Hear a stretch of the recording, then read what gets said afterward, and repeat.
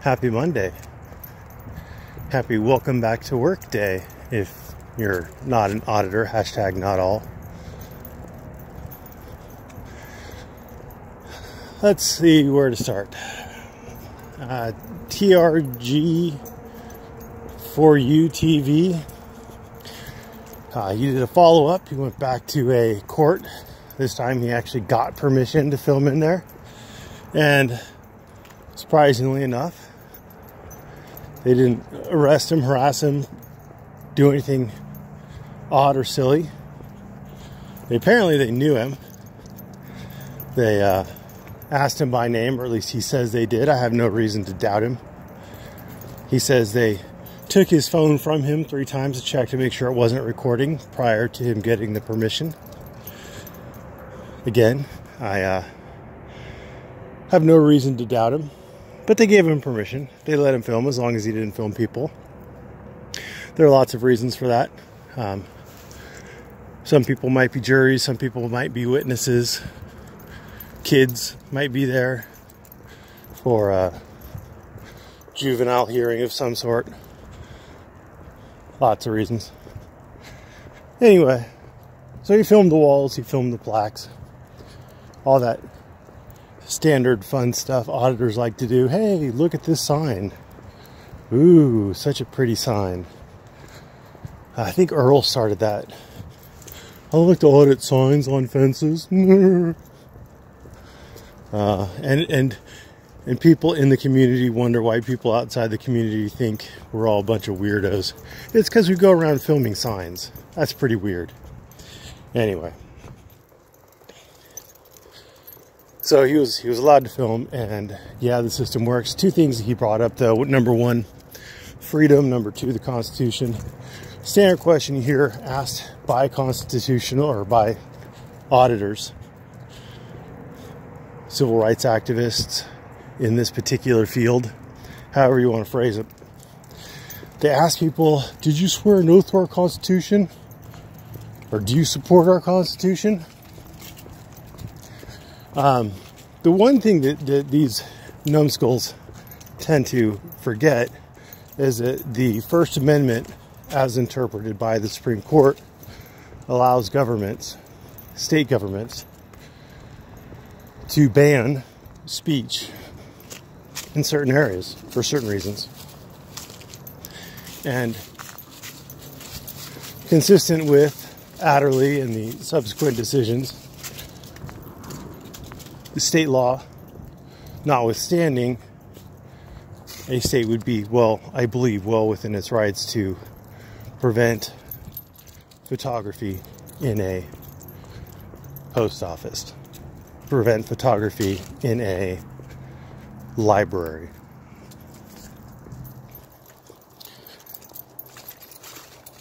That's my belief based on actual Supreme Court case law.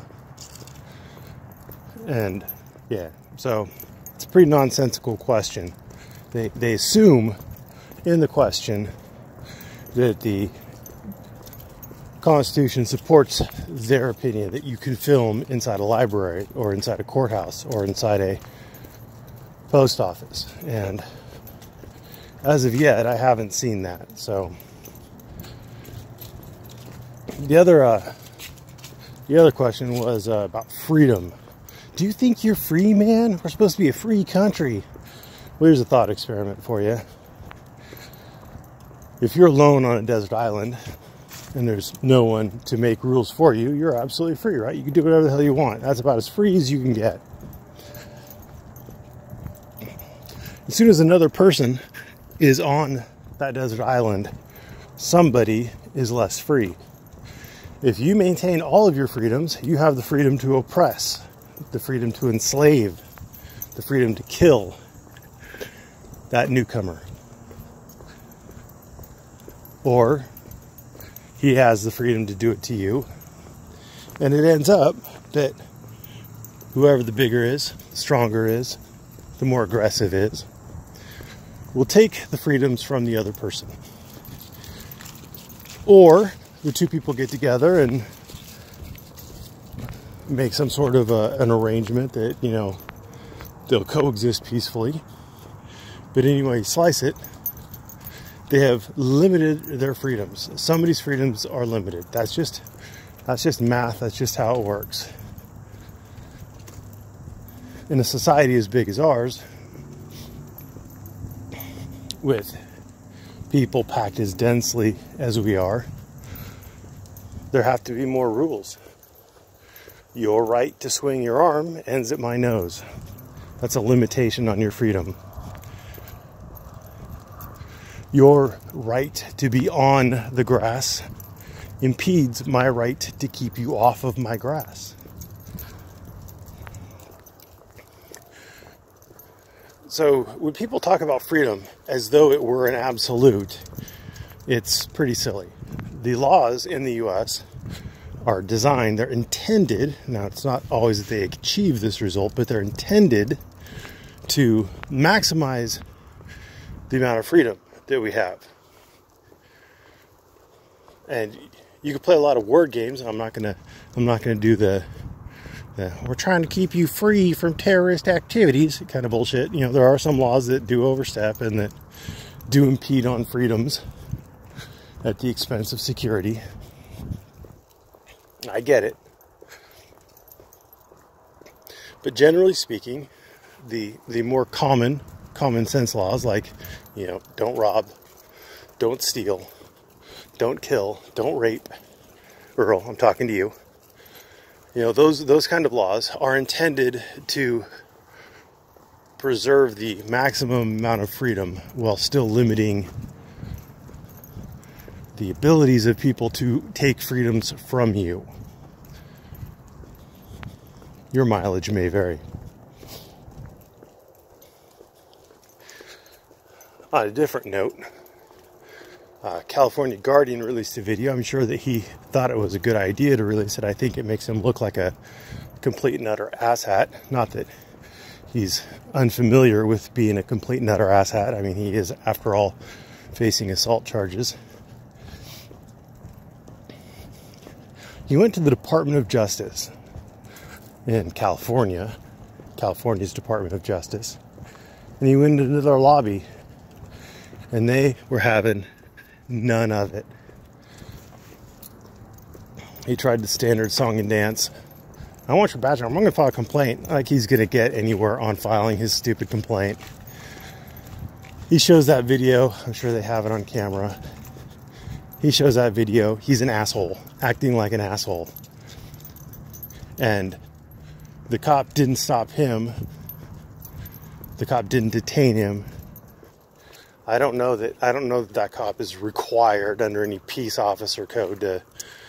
I don't think that its intended use is for you to be able to stop cops randomly and demand their name and badge number.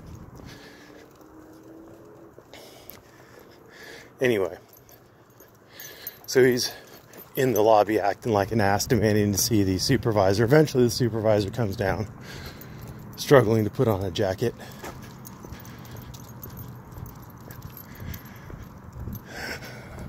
California Guardian does his song and dance about how it's a lobby. Are you saying this isn't a public lobby? You don't have business here. I do have business here. I'm going to film in the public lobby. That's my business. I'm here to record. That's my business. Hey dummy. What he's saying is that you don't have the business that particular place was designed to accommodate. It wasn't there. They didn't put that there so you could film it. They put it there so it could conduct the business of the Department of Justice. Your personal intention on how you're going to use the space is meaningless. You fucking idiot.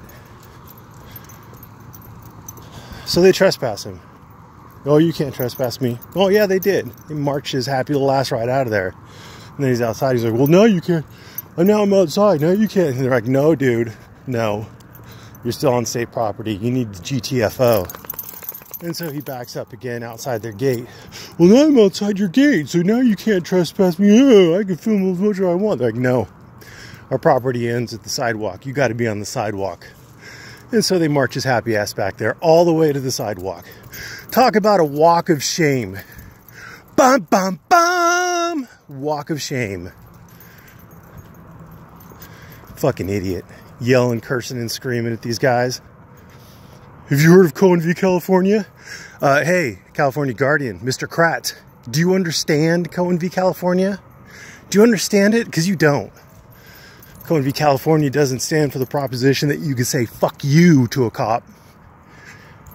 It does stand for the proposition that banning political speech just because it contains a swear word is probably a little overbroad, generally speaking, and it isn't fighting words, so it has protection. But I have looked at Georgia's disturbing the peace statute, and if you said fuck you to a cop in Georgia, they'd probably arrest you for it, and they could probably win, especially if you said it as aggressively as you did.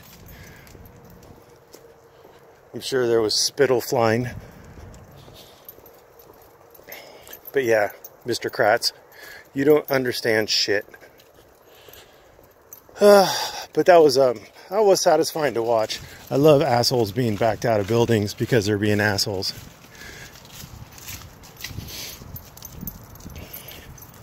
And the young man in the army in the library video, one of the library videos of our good defender against the Nazi tyranny of the Nazi librarians.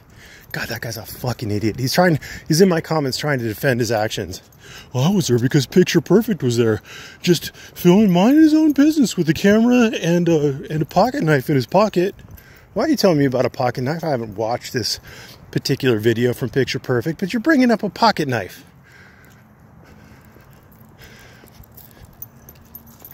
I guarantee you I could go to my library and film. I wouldn't look like a cretin. I wouldn't draw attention to myself. And I'd just go ahead and film and leave. Somewhere there's video of me filming, a couple videos of me filming in the law library. No one said a word because I wasn't acting like a cretin, because I wasn't drawing attention to myself. Now, if you don't think, by the way, back to the Tulsa library, if you think they're not seriously considering implementing or creating a policy against filming, then you're pretty crazy. Oh, this is gonna be fun.